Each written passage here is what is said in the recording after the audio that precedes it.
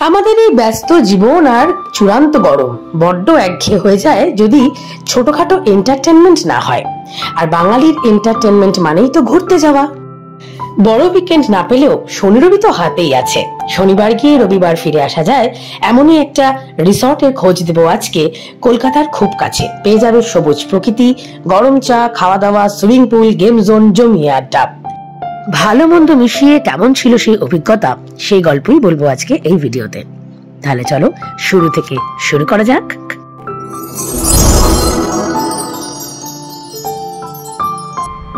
এখন আমাদের সবারই ব্যস্ত জীবন।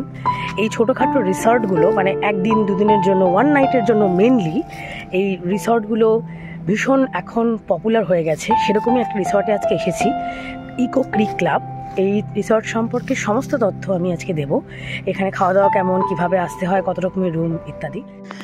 বেহালার কাছে জোকায় অবস্থিত এই ইকো ক্রিক ক্লাব। আমরা টালিগঞ্জ পর্যন্ত মেট্রো এসেছিলাম, তারপর সেখান থেকে একটা ক্যাব বুক করে নিয়েছিলাম ইকো ক্রিক ক্লাব যাওয়ার জন্য। টালিগঞ্জ মেট্রো থেকে ইকো ক্রিক ক্লাবের দূরত্ব 14 কিলোমিটার মতো।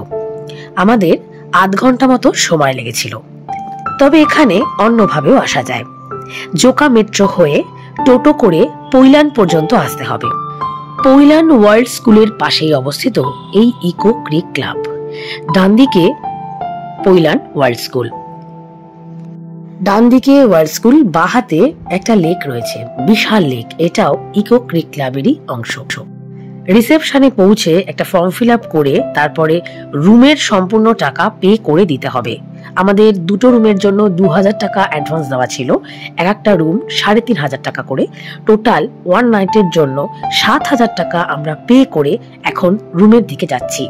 চেক ইন টাইম দুপুর 12টায়, যেটা আমাদের একটু বেশি লেট করেই মনে হয়েছিল। এই বিশাল লেকটাতে বোটিং করারও ব্যবস্থা রয়েছে, তবে রুম নিলেই কিন্তু বোটিং ফ্রি নয়। এক একটা বোটে 4 জন করে বসতে পারে, 200 টাকা আধ ঘন্টা ঘুরতে দেবে। এই ভিউটা আমাদের রুমের বারান্দা দিয়ে, লেক ভিউ রুম নিয়েছিলাম আমরা। চলো রুমে কি কি আছে দেখাই। 3 থেকে 4 জনের শোয়ার মতো একটি খাট, একটি ফ্রিজ রয়েছে, আলমারি, তাক, জানলা, চায়ের সমস্ত সরঞ্জাম। এটা হচ্ছে জানলা দিয়ে বাইরে ভিউ। চায়ের জন্য চা পাতা, দুধ, দুটো কফির পাতাও দেখেছিলাম, কাপ, 2 বোতল জল, সবকিছু আছে। এসি তো আছেই, টিভি রয়েছে, এছাড়া টেবিল, 2টো চেয়ার, বাথরুমে কোমোড, বালতি, শাওয়ার, কল, জামা কাপড় রাখার rack, geyser, exhaust fan, hand shower, tissue paper, basin, আয়না আর 2টো টাওয়াল। রুমে ঢুকেই বাবাইদা একটা ফাটাফাটি চা বানিয়ে ফেললো, আমার জন্য দুধ চা, বাকিদের জন্য রচা। এই বিশাল লেকটার মধ্যে রয়েছে এই বিশাল বিশাল মাছ। আসছে, আসবে আসবে। এত বড় মাছ থোড়াই ধরা যাবে, একদম ধরা যাবে স্যার। করে তো এখানে ধরতে, মাছ ধরছে তো, কটেজে বসে ফিশিং, রেগুলার ফিশিং করে। কি বাবা, মাছ ধরতে ভালোবাসে, আসে। প্রচুর। তুমি যা দিয়েছো তো পেট ভরে গেছে। কিচ্ছু হয়নি ওদের, মানে এটা আমাদের থেকে খাবার খাওয়া যদি বেশি বেশি। হ্যাঁ, ওই যে দূরে কটেজগুলো দেখা যাচ্ছে, ওগুলো একদম লেকের ওপর। কটেজে বসে বসেই ফিশিং করা হয় এখানে। রাখা রয়েছে একটা আস্ত প্লেন, এখানে ছবি তোলার জন্য, সেলফি তোলার জন্য আদর্শ।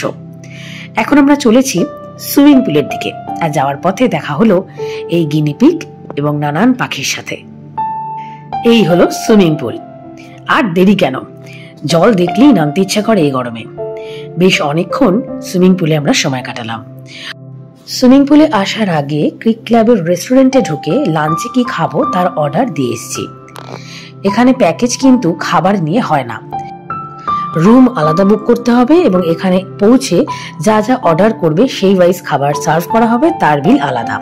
খাবার এবং খাওয়ার প্যাকেজ একসাথে নয় বলে আমাদের কিন্তু খরচাটা বেশ ভালোই হয়েছিল। সেই অর্থে আমি বলবো অন্যান্য রিসর্টের থেকে এই রিসর্ট যথেষ্ট কস্টলি। সুইমিং পুলের পাশেই রয়েছে রেইন ডান্সের জায়গা। আর একটা কথা বলে রাখি, অন্যান্য রিসর্টের মতো কিন্তু এই রিসর্টে এসে আমরা কোনো ওয়েলকাম ড্রিঙ্কস পাইনি। জিজ্ঞেস করতে বলেছিল 2024 সালে ওদের ওয়েলকাম ড্রিঙ্কস দেওয়া নাকি বন্ধ হয়ে গিয়েছে। স্নান সেরে আমরা চলে এলাম লাঞ্চ করতে। আলু পোস্ত, ডাল, মাছ, মাংস সবকিছু দিয়ে জমিয়ে লাঞ্চ করলাম। লাঞ্চ সেরে একটু রেস্ট নিয়ে আবার বেরিয়ে পড়লাম এই রিসর্টটা সম্পূর্ণ ঘুরে দেখতে। পুরো রিসর্ট জুড়েই নানান ফল এবং সবজিতে ভর্তি। এখানে একটা বিশাল বড় গেম জোন আছে যেখানে নানান ধরনের খেলা রয়েছে। রয়েছে বিলিয়ার্ড, ক্যারাম বোর্ড, টেবিল সকার এবং টেবিল টেনিস। আর ওই যে দুটো এসি দেখা যাচ্ছে, দুর্ভাগ্যবশত ওই এসি দুটোর একটাও চলছিল না। সুইচগুলো দেওয়াই ছিল কিন্তু কোনো এসিও চলছিল না, এমনকি রুমে কোনো ফ্যানও নেই। অগত্যা আমরা গরমের মধ্যেই ঘেমে ঘেমে ক্যারাম বোর্ড খেললাম। এখানে একটি ডিস্কো আছে যেটি ব্যবহার করতে চাইলে পার পারসন 500 টাকা 2 ঘন্টার জন্য। এছাড়া গ্রুপে ডিস্কো বুক করলে 4 ঘন্টার জন্য 10,000 টাকা।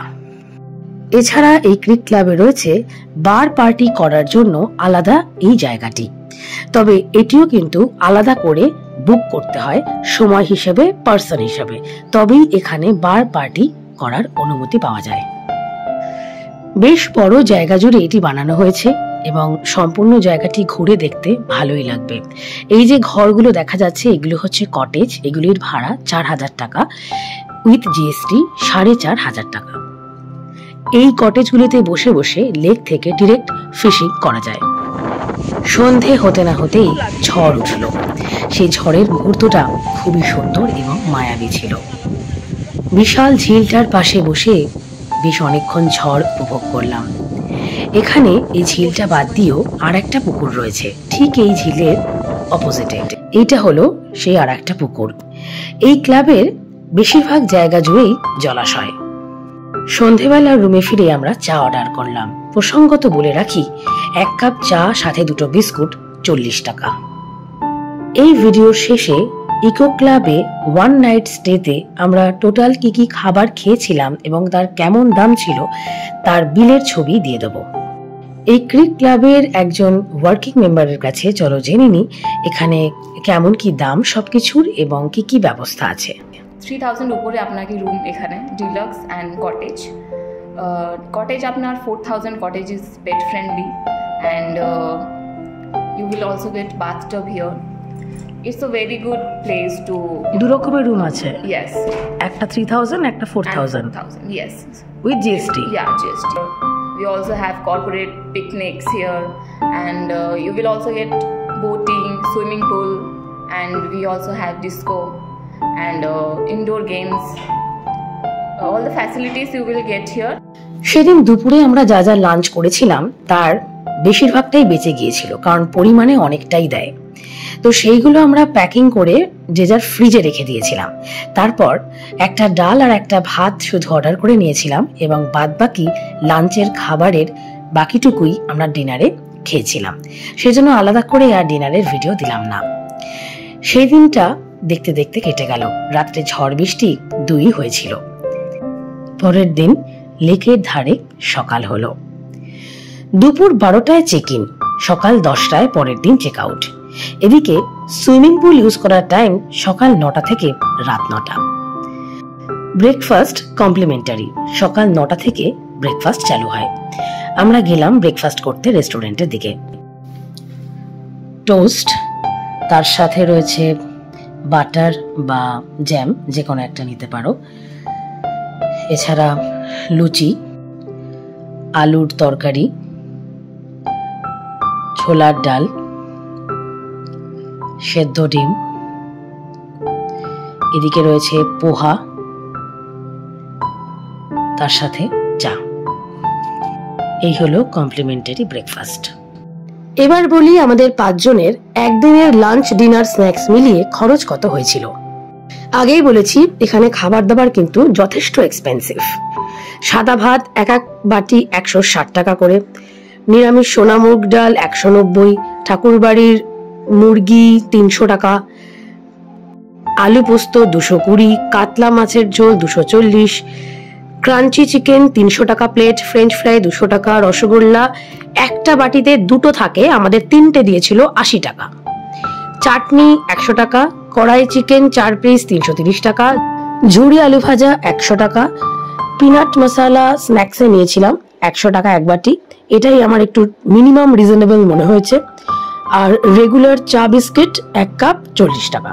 টোটাল 4158 টাকা খরচ হয়েছিল আমাদের 5 জনের একদিনের লাঞ্চ, ডিনার আর স্ন্যাক্স মিলিয়ে। আমরা লাঞ্চে যা নিয়েছিলাম ডিনারে কিন্তু সেটাই রেখে দিয়ে খেয়েছিলাম, শুধু একটা এক্সট্রা ভাত আর ডাল নিয়েছিলাম, কারণ পরিমাণে অনেকটাই দেয় আর দামও খুব বেশি। এর আগে কলকাতা শহরে বা তার থেকে সামান্য দূরে নানান রিসর্টে আমি গিয়েছি, সেখানে কিন্তু থাকার সাথে খাবারের একটা প্যাকেজ সিস্টেম আছে। এই প্রথম আমি দেখলাম এত টাকা রুম ভাড়া, তার সাথে কোনো খাবারের প্যাকেজ নেই, সবই আলাদা করে কিনে কিনে খেতে হবে, শুধুমাত্র পরের দিনের ব্রেকফাস্টটা কমপ্লিমেন্টারি। তো এই কথা কিন্তু মাথায় রাখতে হবে, এখানে রুম ছাড়া এবং পরের দিনের ব্রেকফাস্ট আর সুইমিং পুল ব্যবহার, এই 3টে জিনিস ছাড়া কোনো কিছুই কমপ্লিমেন্টারি নয়। ভিডিওটা এখানেই শেষ করছি। আশা করি সমস্ত ইনফরমেশন সঠিকভাবে তোমাদের দিতে পেরেছি। যদি আরো কিছু জানার থাকে কমেন্ট করে জানিও, অবশ্যই উত্তর দেব। যদি ভালো লাগে আমার চ্যানেল সাবস্ক্রাইব করো, এরকম আরো অনেক ঘুরতে যাওয়ার ভিডিও রয়েছে সেখানে। পাশের বেল আইকনটা টিক করে রেখো, তাহলে যখনই কোনো নতুন ভিডিও আমার চ্যানেলে আসবে সেটা সবার আগে তোমার কাছেই যাবে। যেতে যেতে কিছু ছবি রেখে গেলাম, দেখো, আশা করি ভালো লাগবে।